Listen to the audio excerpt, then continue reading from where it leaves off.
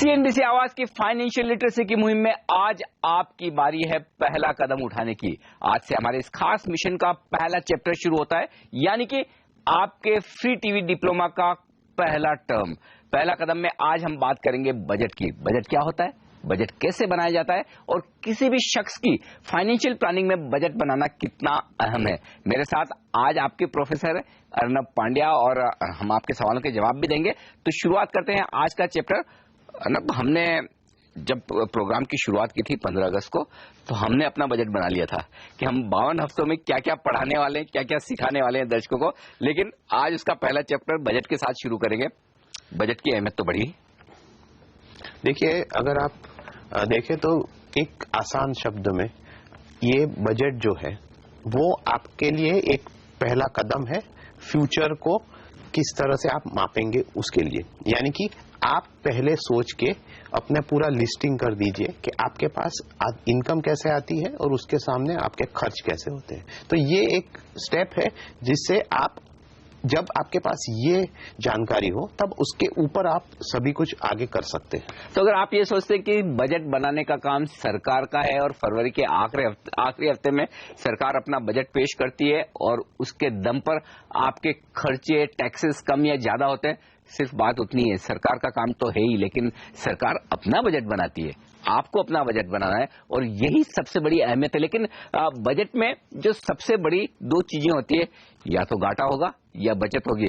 सरकार के बजट में घाटा चलेगा, लेकिन अर्नब, हमारे अपने बजट में घाटा नहीं चलेगा। हमारे बजट में तो बचत होना बेहद जरूरी है। अगर आप देखें तो किसी भी आदमी के बजट में अगर उनके पास, जिसे आप सरप्लस कहते हैं, यानी कि आसान शब्दों में जितनी आपकी आय है उसके सामने आपके खर्च कम होने चाहिए।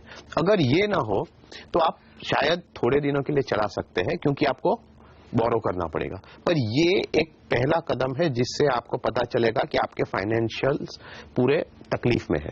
तो आपके लिए यही जरूरी है कि अगर आप वेल्थ बढ़ाना चाहते हो, अगर आप कई सारे अपने गोल्स अचीव करना चाहते हो, तो आप इतना कीजिए जितनी भी आपकी इनकम है उससे पहले खर्च कम कर दीजिए। बिल्कुल। तो जो कहते हैं ना कि आमदनी 98 और खर्चा रुपया, उस पर सबसे पहले नजर रखिए। यानी कि आपकी आमदनी कितनी है उससे कम पैसा आपको खर्च करना है ताकि जो कुछ बचे वो बचत हो।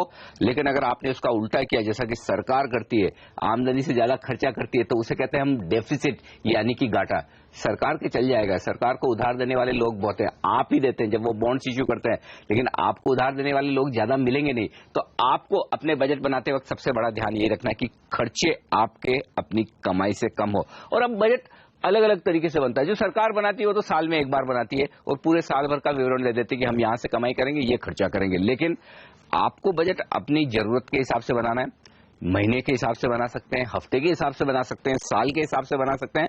लेकिन अगर आप नौकरी पेशा है, सैलरीड इनकम है, तो फिर महीने के महीने बनाना ज्यादा आसान है, ताकि आपको पता रहे कि महीने में मेरे कितने पैसे आ रहे हैं और उसमें भी वो नेट टेक होम सैलरी, यानी कि अल्टीमेटली कट कटा के आपकी जेब में कितना पैसा आ रहा है उसके बेसिस पर बजट बनाएं। लेकिन अगर आप बिजनेसमैन हैं तो साल का बजट भी बना सकते हैं ना। आप साल का बजट भी बना सकते हैं। कई लोग क्वार्टर का भी बजट बनाते हैं, क्योंकि उनके लिए जो अपना फ्लो होता है वो एक क्वार्टर के हिसाब से होता है, खास करके बिजनेसमैन के लिए, क्योंकि उनके लिए जो क्रेडिट पीरियड होता है वो 2 महीने 3 महीने होता है। यानी कि हर 2-3 महीने उनके लिए एक कैश फ्लो आता रहेगा। तो जरूरी ये है कि आप जब भी बजट बनाएं अपना कैश फ्लो की तरफ ध्यान दीजिए कि आपको जो इनकम आ रही है वो किस समय पे आ रही है। क्योंकि कई बार तो ऐसा होगा कि आपको शायद वीकली भी इनकम आ जाए, तो इसका मतलब ये नहीं कि आप तुरंत दौड़े और वीकली बजट बनाएं, पर लेकिन नॉर्मल आदमी के लिए मंथली बजट अच्छा रहता है, लेकिन सालाना बजट भी होना चाहिए, क्योंकि अल्टीमेटली ये जो मंथली बजट है या क्वार्टरली बजट है वो एक एड अप करके एक सालाना बजट होता है। एक चीज मैंने इंटरेस्टिंग देखी है बजट बनाने के मामले में, है ना, महिलाएं ज्यादा बेहतर है। वो भले ही उन्हें सिर्फ खर्चों का बजट बनाना है, लेकिन उन्हें पता है कि मुझे महीने की शुरुआत में कितना पैसा मिलने वाला है और इस पैसे में मुझे कैसे घर चलाना है। तो महिलाएं बहुत ही बेहतरीन तरीके से बजट बनाती है, लेकिन वो सिर्फ खर्चों का बजट बनाती है, क्योंकि उन्हें कमाई पुरुष उतना ही महीने की शुरुआत में ले जाके देते हैं कि आपको इस खर्चे में घर चलाना है। लेकिन ये सिर्फ एक्सरसाइज उनके लिए ना हो, आपको भी शुरुआत कर देनी है। और एक बढ़िया बात जो मुझे लगती है, हमारे कई दर्शक बजट बनाने की शुरुआत शायद आज से करेंगे, लेकिन मैं ये चाहता हूं कि जो भाई बच्चे वाले लोग हैं उन्हें कम से कम अपने बच्चों को बजट बनाने की आदत अभी से डाल देनी चाहिए कि हिसाब किताब रखें, कितना पैसा आप पॉकेट मनी दे रहे हैं या फिर वो कहीं से कमाई कर रहे हैं तो कमाई का हिसाब किताब रखें, खर्चा कहाँ कर रहे हैं, कम से कम कुछ नहीं तो एक कैश बुक ही मेंटेन करें, कितना पैसा पापा से मिला, मम्मी से मिला, कहाँ खर्च किया। तो ये शुरुआत में अगर ये आदत पड़ गई तो मेरे ख्याल से आगे चलकर बजट बनाना उनके लिए बेहद आसान होगा। जी जरूर, जैसे आपने बताया कि इसमें एक अहम पॉइंट है कि महिलाएं इतने बजट बनाने में इतने सक्सेसफुल और इतने प्रोफिशिएंट क्यों हैं? क्योंकि उनको प्रैक्टिस है। तो बेसिक पॉइंट यहाँ है कि जैसे जैसे आपकी प्रैक्टिस बढ़ेगी, आप ये और करते जाएंगे, आप बेहतर होते जाएंगे। इसीलिए हम कहते हैं कि जब आपका बच्चा छोटा हो तब उनसे एक आदत डाल दीजिए, तो वो एक ऑटोमेटिक प्रोसेस हो जाता है।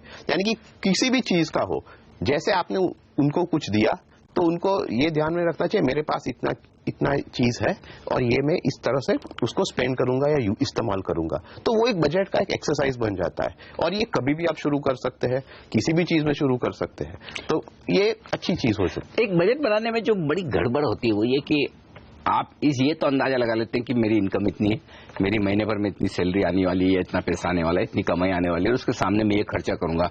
लेकिन खर्चा करने जब जाते हैं, बाजार में जब निकलते हैं, तो आप कैश अपने वॉलेट में डालने के बजाय क्रेडिट कार्ड का इस्तेमाल काफी करते हैं। तो सिर्फ कैश का आना और जाना, कैश का लेन देन वही बजट का हिस्सा नहीं है। सारी की सारी कमाई और सारे के सारे खर्चे, चाहे वो फिर आप कैश से करो या फिर क्रेडिट कार्ड से, उन सबका प्रॉपर हिसाब रखकर बजट बनाना होगा। नहीं तो फिर वो एक्सरसाइज पहले ही फेल हो जाएगी। और कहते हैं ना कि good beginning is half done. तो बिगिनिंग आपके लिए बहुत बेहतरीन होना जरूरी है। तो बजट के लिए आपको हमने बताया कि अहमियत क्या है, लेकिन बजट बनाने की शुरुआत किस तरह से की जाए, इस पर हम चर्चा करेंगे एक छोटे से ब्रेक के बाद।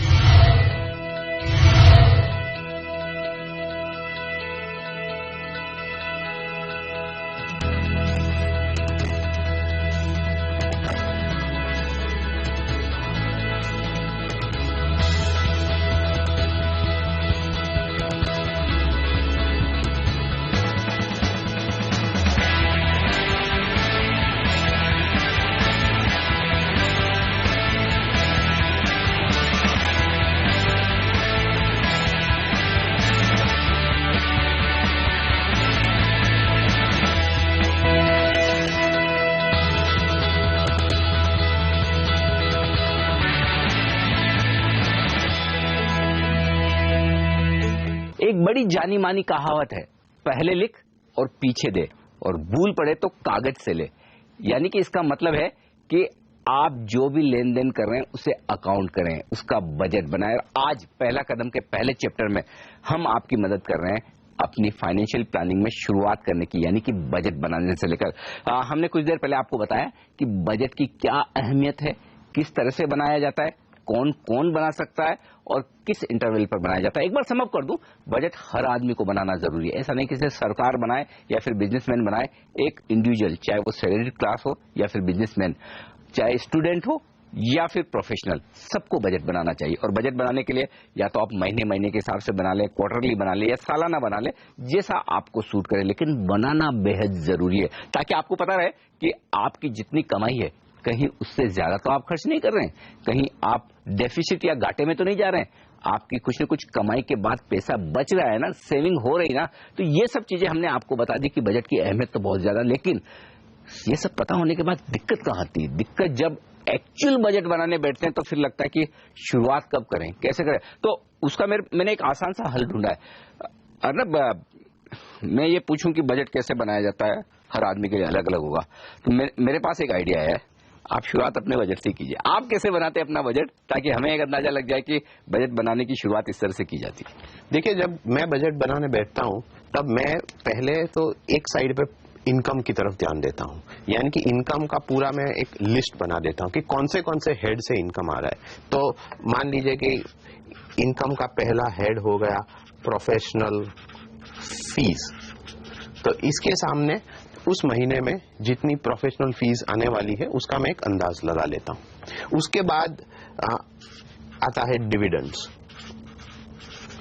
यानी कि कोई भी इन्वेस्टमेंट हो उससे किस प्रकार का कमाई हो रही है। और ये पता चलता है क्योंकि जब कंपनीज अनाउंस करती है कि हम डिविडेंड देने वाले हैं, मोटा मोटी अंदाजा रहता है, तो ये आपके उसका एस्टिमेट लगा सकते हैं। उसके बाद आता है इंटरेस्ट, यानी कि कहीं डिपॉजिट हो या कोई बॉन्ड लिया हुआ हो, टैक्स सेविंग हो या कुछ भी हो, वो आपके पोर्टफोलियो में कहीं ना कहीं तो होगा, तो उसका भी आपको पता है क्योंकि वो फिक्स डेट पर इंटरेस्ट देते हैं, तो ये इंटरेस्ट आ गया। और उसके बाद कैपिटल गेन्स या कोई अदर इनकम हो जो रेगुलर ना हो, मैं यहाँ पर कैपिटल गेन्स लिख रहा हूँ, लेकिन यहाँ पर एक अदर इनकम भी हो सकता है जो किसी भी तरह की कोई एग्रीकल्चर इनकम हो या कहीं आपने कोई प्रॉपर्टी किराए पे कहीं दे रखी हो, उसका रेंट आता हो, किसी भी तरह की इनकम। तो ये बात करने से पूरा मुझे इनकम साइड मिल रहा है। लेकिन आप लोगों को एक बात बता दूं, अर्नब जो 4-5 ये जो अलग अलग आइटम बता रहे हैं इनकम के, वो आपके लिए नहीं होंगे। आपके लिए तो शायद से पहले ही होगा, शायद प्रोफेशनल फीस या फिर सैलरी, क्योंकि जब निवेश करना शुरू करेंगे तो डिविडेंड, इंटरेस्ट और कैपिटल गेन आएंगे, तो उसके लिए अभी वक्त है। लेकिन अर्नब साथ साथ में आप इनकम भी बता दे तो हमें पता चल जाएगा कितना आप कमा रहे हैं। तो इसके बाद हम जाते हैं एक्सपेंस की तरफ, पर ये एक मुश्किल काम है क्योंकि एक्सपेंस एस्टिमेट करना यही प्रॉब्लम आ जाती है, दिक्कत ज्यादा हुआ है। हाँ, क्योंकि काफी सारे एक्सपेंस कभी भी आपके लिए रहते, कमाई तो हमें पता है कितनी होने वाली, खर्चे कंट्रोल में नहीं रहते।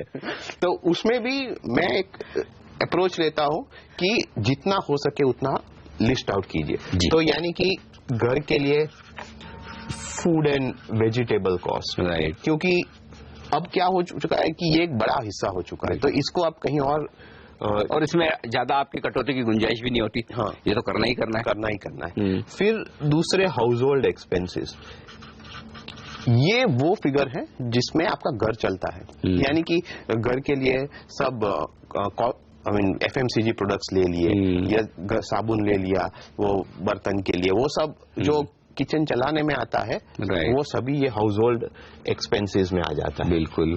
फिर आता है इलेक्ट्रिसिटी कॉस्ट। आजकल बिल बड़े बड़े आने लगे हैं क्योंकि लोग ज्यादा से ज्यादा गीजर, ज्यादा से ज्यादा एयर कंडीशनर, इनफैक्ट अब तो कुकिंग के लिए भी इलेक्ट्रिसिटी का इस्तेमाल होने लगा है, तो माइक्रोवेव, ये भी एक बड़ा खर्चा है। ये भी बड़ा खर्चा है, और यहाँ पर साइकिल अलग होगी। कई जगह पे महीने पे आपको आएगा, कई जगह पे 2 महीने पे आएगा। तो इसके लिए जो फिगर में थोड़ा वेरिएशन सोच के लिए। फिर आपका आता है इंटरनेट कॉस्ट, यानी कि ये आपका ब्रॉडबैंड कॉस्ट है या केबल टीवी, इसी के साथ मोबाइल के खर्चे, टेलीफोन, वो आपको अगर यहाँ पे ही जोड़ना है या अलग से भी ले सकते हैं। क्योंकि अभी क्या होता है कि काफी बार लोगों के पास 2-2 फोन होते हैं, तो मोबाइल एक एडिशनल आइटम हो गया जिसपे भी आपके इंटरनेट होता है, तो आपको यहाँ पर जोड़ना है तो जोड़ सकते हैं, या तो मोबाइल के एक्सपेंसेस एक अलग से ले सकते हैं।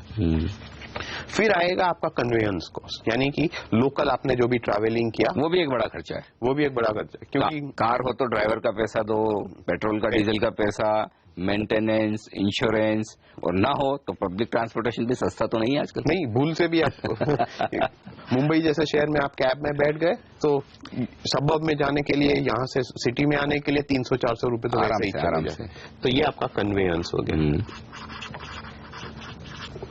फिर उसके बाद आता है, मान लीजिए आपने कभी कोई ट्रैवलिंग किया हो, क्योंकि आपको कभी कभी ये सब भी करना पड़ता है, तो ये ट्रैवलिंग आ गया। ये मैं कन्वेयंस और ट्रैवलिंग को इसलिए अलग कर रहा हूँ क्योंकि ट्रैवलिंग कॉस्ट यूजुअली बड़ा हो जाता है, और ऐसा नहीं है कि हर महीने ट्रैवलिंग कभी कभार होती है, कन्वेंस तो आपका होना ही होना है। हाँ, राइट। फिर आपके जो भी EMI हो, वो EMI, जो भी लोन्स लिए हैं उनके EMI, अभी मान लीजिए कि आपके पास घर के लिए EMI नहीं है, तो इसको आप रिप्लेस कर सकते हैं एक रेंट के साथ, क्योंकि काफी सारे लोगों के लिए रेंट एक बड़ा एक्सपेंस होता है। बिल्कुल। तो ये रेंट या EMI जो भी आपको करना है, लेकिन आपके पास मल्टीपल लोन्स हो तो आपको EMI करना जरूरी है। ये सब करने के बाद मैं एक लास्ट आइटम की तरह एक अदर्स का भी एक हेड रखता हूँ, जिसमें छोटी छोटी होती है, कभी पोस्टेज। एक बड़ा आइटम आप भूल रहे हैं जो मुझे लगता है बहुत बड़ा खर्चा है, मेरे घर में तो कम से कम, और शायद सबके घर में होता होगा, शॉपिंग। नहीं अच्छा, वो अवॉइड वाली लिस्ट में है कि अवॉइड कम ज्यादा कर सकते हैं वो, ये पहले मैं ये नॉर्मल एक्सपेंसेस को देख लेता हूँ, फिर ये डिस्क्रिप्शन, पैसे बचे तो शॉपिंग करेंगे। नहीं, क्योंकि यहाँ ये जो आएगा उसको मैं मेरे बजट में एक सेपरेट हेड देता हूँ, जिसमें 3 हेड होते हैं, 3 सब हेड होते हैं, इसीलिए मैं उसे सेपरेट कर रहा हूँ। एग्जैक्टली, ये फाइनेंशियल प्लानिंग और बजटिंग है, यहाँ पर आपको खर्चे किस तरह से अलग अलग, इसमें 3 चीज होते हैं। पहली तो जैसे आपने बताया वो शॉपिंग, एक बड़ा हिस्सा हो गया। राइट। दूसरा हो गया ईटिंग आउट। हाँ, होटल्स के बाहर खाने पीने के खर्चे, और अब तो टैक्सेस भी 24-25% हो गए हैं। हाँ, वो आप अगर सर्विस टैक्स और सर्विस चार्जेस मिलाए तो होटल का बिल तो बस पूछे मत क्या आता है आजकल। और फैमिली को लेके जाएगा तो आपको 4 फिगर से कम कभी दिखता नहीं।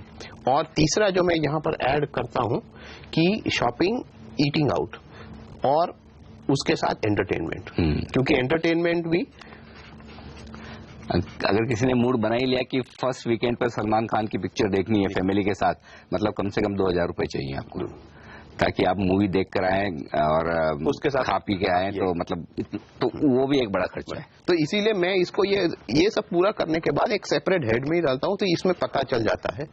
और इसके बाद मैं अपने खुद के बजट में एक कंटिजेंसी अमाउंट भी डाल देता हूँ, क्योंकि क्या होता है कभी कभी हमको पता नहीं चलता कि कहाँ से एक नया एक्सपेंस आ जाए। फर्ज करें कभी बीमार हो गए, 2 बार डॉक्टर के पास जाने उनको जरूरत हो गई, दवाएं खरीद ली, कुछ भी हो सकता है। तो ये करके इसके बाद मुझे पता चलता है कि सरप्लस है, डेफिसिट है, किस प्रकार से कहाँ कटौती करनी है, टू एंश्योर कि कई महीनों में शायद फीस कम हो जाए, तो कैसे कंट्रोल करें।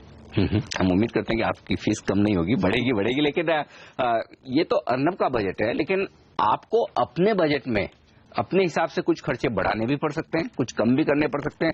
आपकी कुछ इनकम बढ़ सकती है, कुछ इनकम कम हो सकती है। हर आदमी का अलग अलग बजट होता है। जनरली मतलब ये सब लोगों का तो बजट समझ में आता है कि अलग अलग तरीके से बन सकता है, कुछ आइटम्स कम ज्यादा हो जाएंगे, लेकिन एक जो इंटरेस्टिंग बजट हाउस वाइफ्स बनाती है, और क्योंकि हमारे दर्शकों में वो भी भारी भरकम काफी मात्रा में है जो हाउस वाइफ्स हमें देखती हैं, महिलाएं देखती है, उन्हें बजट बनाने में क्या खास बातें ध्यान में रखनी चाहिए?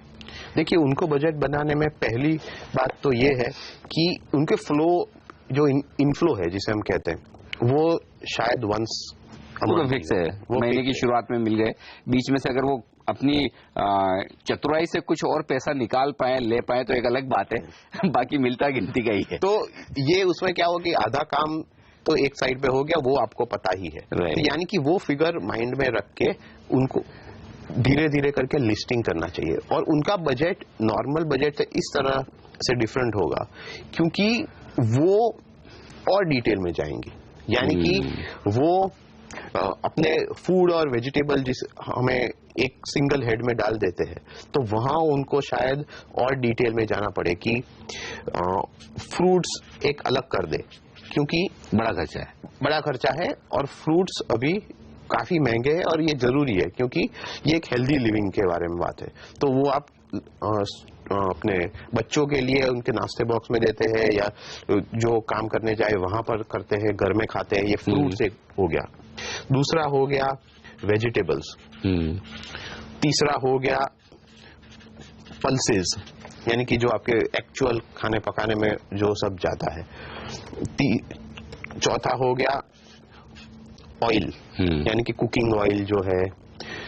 उसके बाद आपका आ गया कुकिंग के लिए गैस का एक्सपेंडिचर, क्योंकि या तो आपके पास सिलेंडर है या तो आपके पास पाइपलाइन घर पे। मैं एक थोड़ा सा सवाल आया मेरे दिमाग में, ये आपका रियल लाइफ एक्सपीरियंस है या बजटिंग पढ़ के सीखे? इतने आइटम तो मुझे सोच रहा हूँ कि बड़े मतलब हैरानी हो रही कि इस बजट में इतने छोटे छोटे आइटम भी देखने पड़ेंगे। नहीं, अभी देखिए, इसमें जैसे आप बनाते जाएंगे तब आपको पता चलेगा कि ये आइटम्स भी कम है, क्योंकि हर घर का ऐसा एक्सपेंस बदल जाता है कि उनके लिए काफी चीजें और इम्पोर्टेंट रहेगी। यानी कि आपका फैमिली बड़ा है तो ये बहुत बड़ा हो जाएगा, अगर फैमिली छोटा है तो दूसरे आइटम्स हो जैसे कि एंटरटेनमेंट हो या आपका कोई स्पेशल शौक हो, वो बढ़ता जाएगा।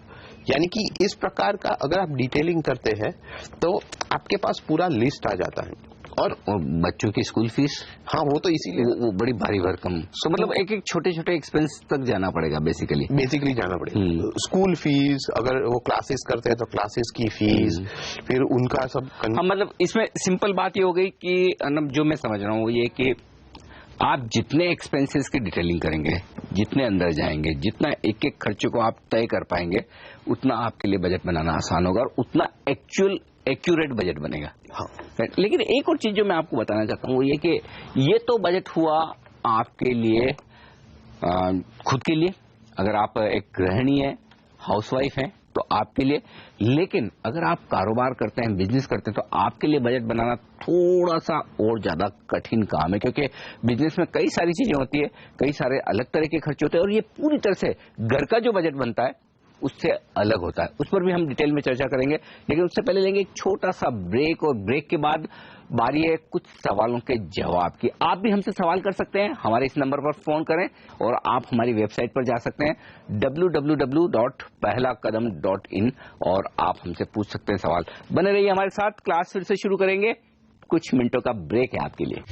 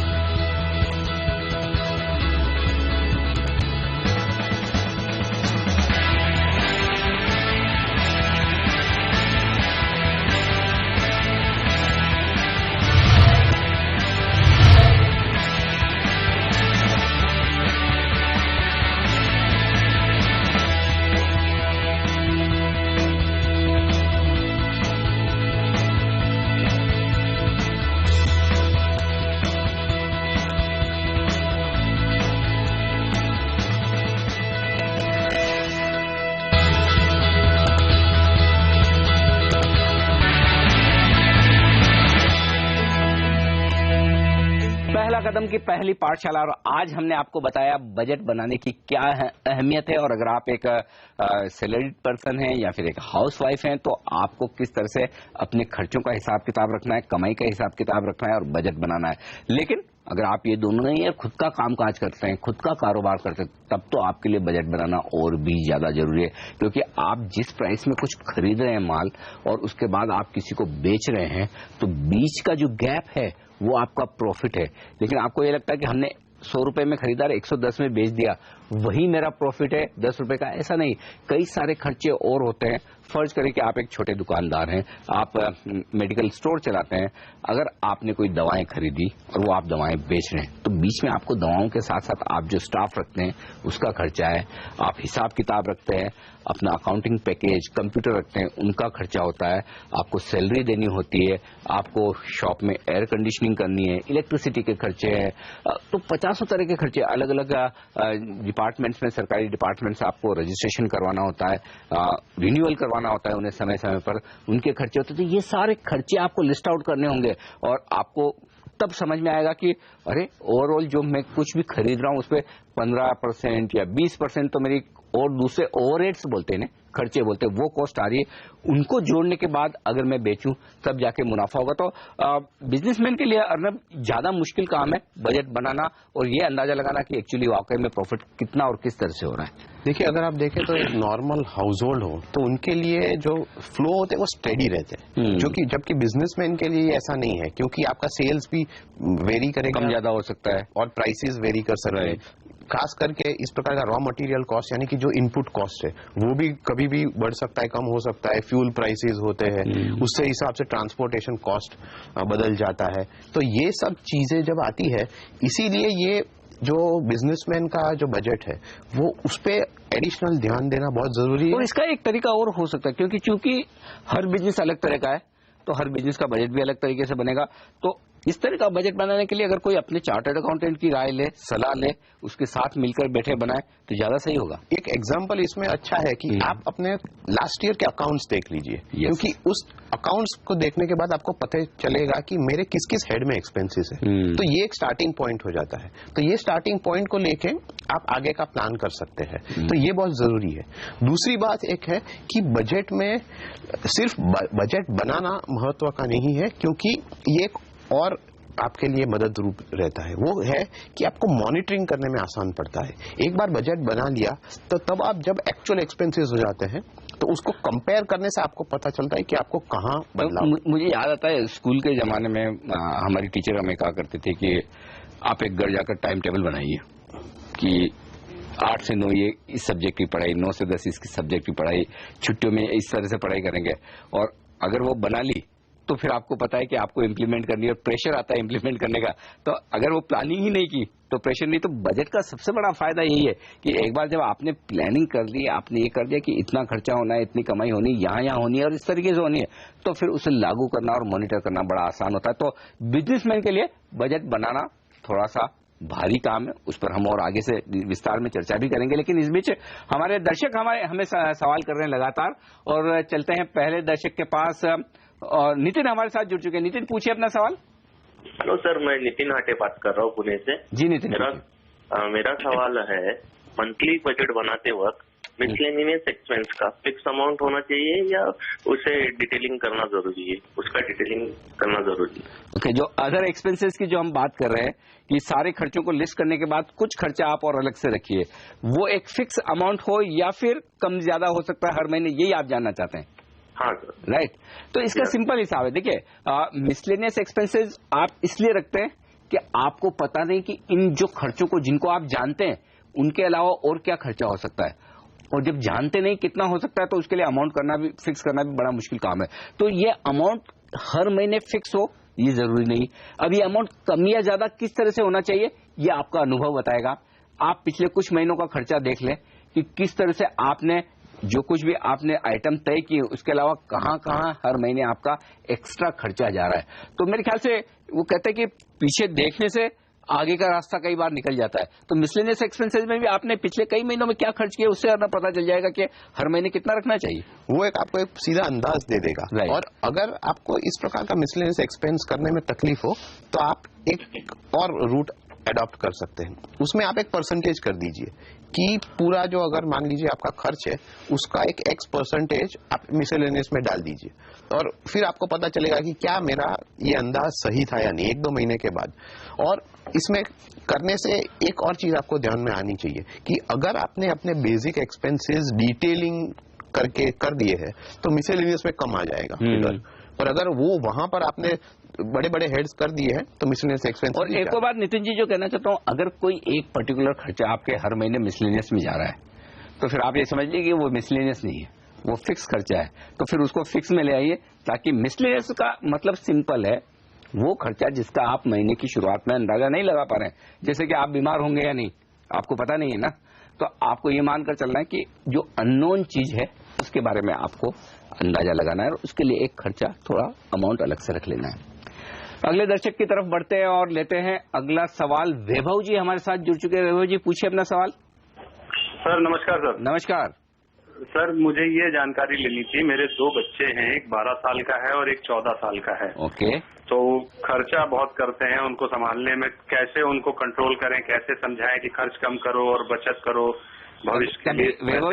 वैभव जी कभी आपने अपने पिताजी से पूछा था? शायद उनकी राय भी आपके बारे में यही रही होगी।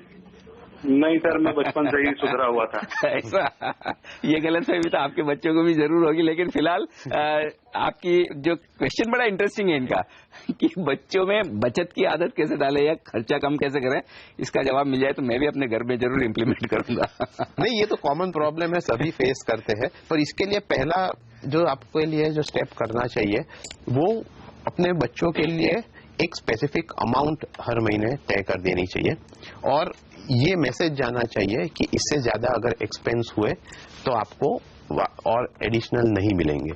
क्योंकि जब बच्चों के पास कोई चॉइस नहीं रहता तब वो अपनी तरफ से अब रास्ता ढूंढ निकालेंगे कि किस तरह इस प्रकार के बजट में रहना है। तो ये एक रूट हो सकता है। इसमें मैं एक मेरा रियल लाइफ टाइम एक्सपीरियंस में शेयर करना चाहता हूँ। और मेरे फादर बैंक मैनेजर थे, और जाहिर सी बात है कि आप जानते हैं बैंक मैनेजर्स का तो हिसाब किताब एकदम परफेक्ट और पक्का रखने की आदत होती। तो वो मुझे जब पॉकेट मनी देते थे, जेब खर्च देते थे, वो ये उन्होंने बड़ी इंटरेस्टिंग तरीके से आदत डाली मेरी बजटिंग की या फिर खर्चों को कंट्रोल करने की। वो कहते थे कि तुम्हारा ये पर्टिकुलर अमाउंट पॉकेट मनी है हर महीने का, ये तुम जितना खर्चा करोगे हिसाब रखोगे, हिसाब रखने के बाद मेरे पास लेके आओगे, उसमें से मुझे जो जो लगेगा कि रिएम्बर्स कर सकता हूं मैं फिर से रिएम्बर्स कर दूंगा, ताकि बची हुई तुम्हारी सेविंग में तुम अलग से रखो।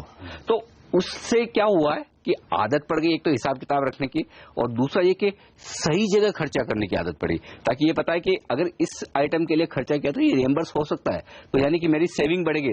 तो वैभव जी, ये फॉर्मूला आप भी लगा सकते हैं। पहला तो ये बच्चों में बजटिंग की आदत डालें, खर्चों का हिसाब रखने की आदत डालें, और एक बार हिसाब रखना शुरू करते हैं ना, तो फिर बच्चों को लगता है कि यार हम कहीं ज्यादा अननेसेसरी, जरूरत नहीं है वहां खर्चा तो नहीं कर रहे हैं। और ये जब आदत बनेगी तो शायद आप कुछ सालों में महसूस करेंगे कि आपकी जो शिकायत है दूर हो गई, बच्चे आपको ज्यादा समझदार दिखेंगे और एकदम वेल प्लान भी। आप भी हमसे सवाल कर सकते हैं, हमारे इस नंबर पर फोन करें, और आप हमारी वेबसाइट पर जा सकते हैं www.pehlakadam.in, और आप हमसे पूछ सकते हैं सवाल। बने रहिए हमारे साथ, क्लास फिर से शुरू करेंगे, कुछ मिनटों का ब्रेक है आप।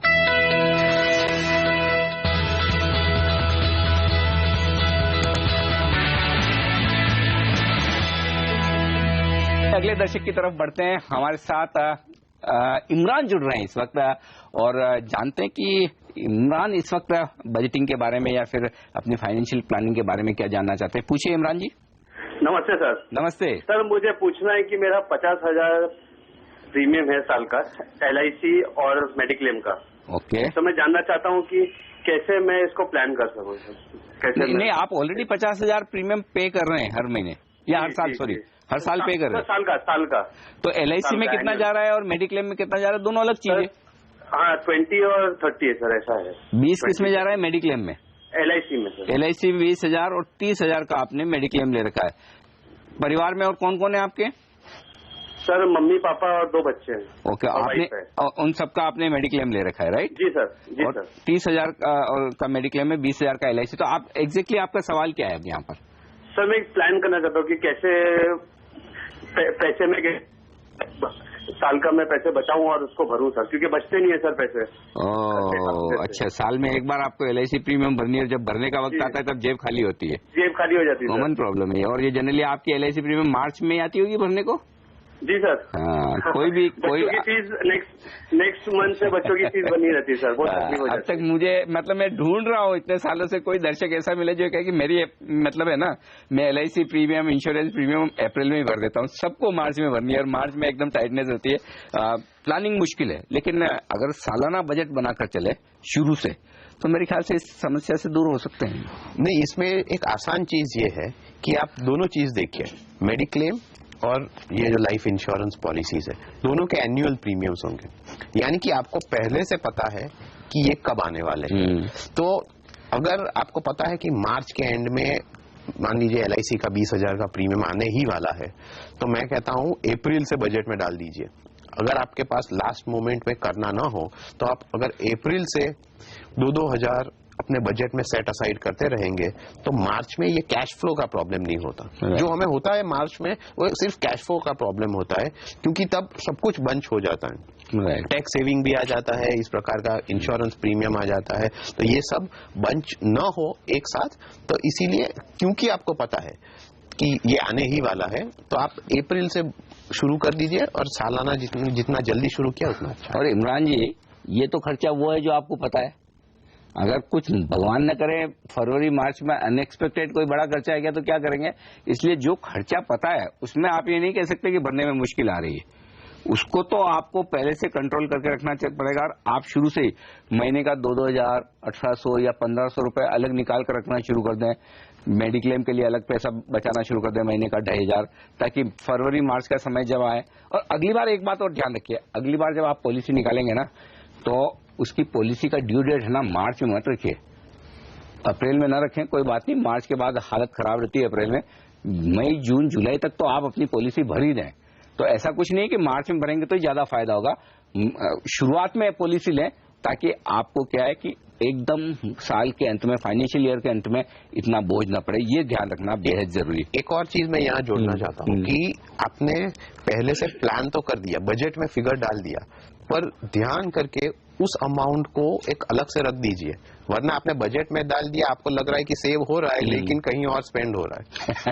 ये एक बहुत कॉमन प्रॉब्लम है। बिल्कुल, कि पेपर पे दिख रहा है, लेकिन कहीं शॉपिंग में, कहीं एंटरटेनमेंट में, कभी हो गया और आपने सोचा कि नेक्स्ट मंथ में रीइंबर्स कर लूंगा, पर ऐसा ना हो। कहीं कहीं लिक्विड फंड में या कहीं कहीं उस पैसे को डालकर सेव कर ले, न कि खर्चों में निकल जाए, तो ये ध्यान रखिएगा। लेकिन अगले दर्शक की तरफ चलते हैं। हमारे साथ अमूल है इस वक्त फोन लाइन पर। अमूल, पूछिए अपना सवाल। सर, मैं आपसे ये पूछना चाहता हूँ कि जो इन्फ्लेशन है, जो ऊपर नीचे होता रहता है, कभी बढ़ता है कभी कम होता है, हाँ। तो उसको मैं अपने घर के बजट में कैसे फैक्टर इन करूँ? मतलब कौन सी चीजों का उस पर ध्यान रखना चाहिए? शादी हो चुकी है आपकी अमूल? जी सर। भाभी को पूछेगा, कभी भी नहीं कहेगी कि इन्फ्लेशन कम होता है, वो हमेशा यही कहेगी कि इन्फ्लेशन बढ़ता है। और मुझे पक्का विश्वास है कि आपको हर महीने अपना बजट बढ़ाना ही पड़ता होगा, उनको जो खर्चे के लिए पैसा देना है। लेकिन ये बेहद इंटरेस्टिंग सवाल है और जरूरी भी है समझना कि जो महंगाई लगातार बढ़ती रहती है उसकी प्लानिंग बजट में कैसे की जाए। इसका एक सिंपल फॉर्मूला अमूल ये है कि एक आप मोटा मोटी अंदाज लगा लें कि महंगाई सालाना कितनी बढ़ रही है। आरबीआई के आंकड़े आते हैं, वो कभी 3.5-4% दिखाते हैं, कभी 10% दिखाते हैं। मोटा मोटी आप ये मान लें कि 8 से 10% हमें पता है खाने पीने की चीजों की, बाकी सब खर्चों की महंगाई साल दर साल बढ़ती है। तो आप ये मानकर चलें कि सपोज आपने जिस चीज पर इस साल 10 रुपए खर्च किए, अगले साल 11 रुपए खर्च करने, तो अगले साल अगर आपकी कमाई भी उतनी बढ़ रही है तब तो ठीक, अगर नहीं बढ़ रही तो फिर बड़ी दिक्कत की बात है इनके लिए, क्योंकि इन्फ्लेशन की वजह से कमाई ना बढ़े और खर्चे तो बढ़ने ही है, खर्चे तो बढ़ने ही, फिर कैसे मैनेज करेंगे?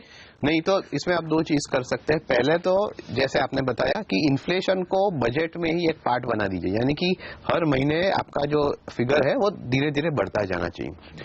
इसके अलावा आप ये जो कंटिजेंसी अमाउंट रखते हैं, एक एडिशनल अमाउंट होना चाहिए जो आपने एक सेट असाइड कर लिया हो, क्योंकि कई बार ऐसा भी होगा कि आपका जो इन्फ्लेशन जो आपने माना है कि ये आने वाला है वो भी कम पड़ेगा, तो उसमें भी एक कंटिजेंसी अमाउंट में आप थोड़ा डिप कर सकते हैं, यानी कि वहां से थोड़ा फिगर ले सकते हैं। तो अगर ये दो चीज आपने की तो आपके लिए ये टैकल करना थोड़ा आसान होगा। लेकिन उसके सामने आपको ध्यान भी रखना चाहिए कि मेरी इनकम किस तरह से बढ़ रही है, क्योंकि काफी सालों में ऐसा भी हो सकता है कि मान लीजिए आपकी सैलरी हो तो रेट ऑफ ग्रोथ जो सैलरी में है जो बढ़ रहा है वो एक्सपेंस से कम हो रहा है। तो इसीलिए हम कहते हैं कि आप इन्वेस्ट कीजिए, क्योंकि अगर धीरे धीरे आपने थोड़ा कॉर्पस बना लिया तो वहां से भी अगर थोड़ी इनकम आई तो आपको और अमूल, आपको एक बात बता दूं, आपने सवाल बेहद अहम पूछा इन्फ्लेशन को लेकर।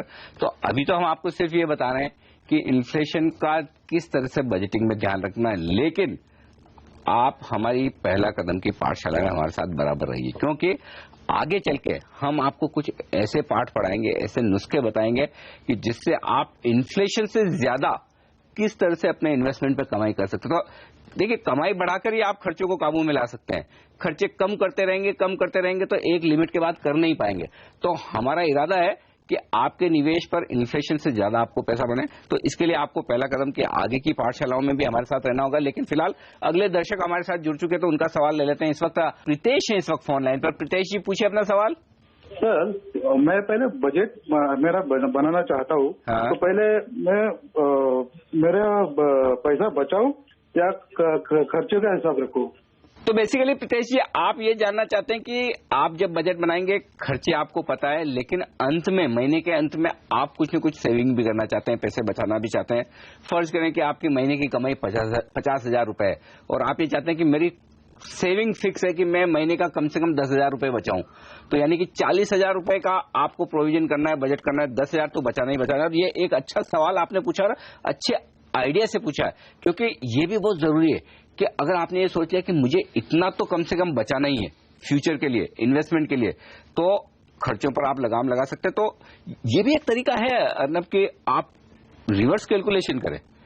आप ये सोच ले भाई कि मुझे इतना बचाना ही बचाना है, बाकी का आप बचाए, समझो 50,000 में से मैंने 10,000 साइड में रख लिया, अब ये 40,000 कैसे कब कहां खर्च करना है उसका मैं बजट बना दूं।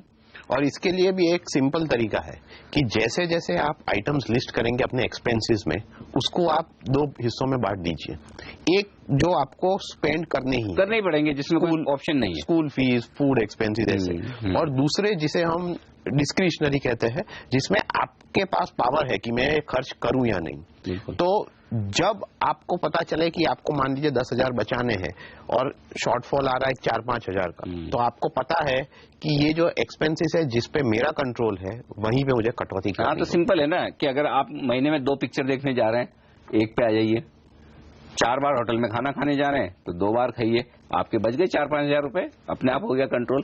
तो ये भी एक बहुत बढ़िया आइडिया मुझे तो अच्छा लगा जो प्रीतेश जी ने कहा भाई कि मेरी सेविंग में फिक्स कर लूं और उसके बाद ताकि मुझे पता चले कि पैसा कितना आगे मेरी जेब में बना रहेगा। तो पहला कदम के इस सफर में अगले हफ्ते मैं और अर्नब आपसे फिर मिलेंगे और अगला चैप्टर होगा हमारा फाइनेंशियल गोल्स का। तो अपने पैसे से जुड़ी किसी भी समस्या, किसी भी उलझन का आप हल चाहते हैं तो आप हमें इस नंबर पर फोन जरूर करें और आप हमारी वेबसाइट पर भी जा सकते हैं www.pehlakadam.in और आप अपने सवाल वहां पर पोस्ट कर सकते हैं, क्योंकि एक खुशहाल जीवन के लिए सिर्फ अच्छा कमाना ही नहीं बल्कि उसे अच्छी तरह से बचाना और निवेश करना भी जरूरी है। तो आप ज्यादा से ज्यादा बेहतर तरीके से अपने पैसों को संभालें और इसके लिए आपको बने रहना है हमारे साथ पहला कदम में, अपने आप को सक्षम बनाने के लिए और अपने फाइनेंशियल डिसीजंस खुद लेने के लिए।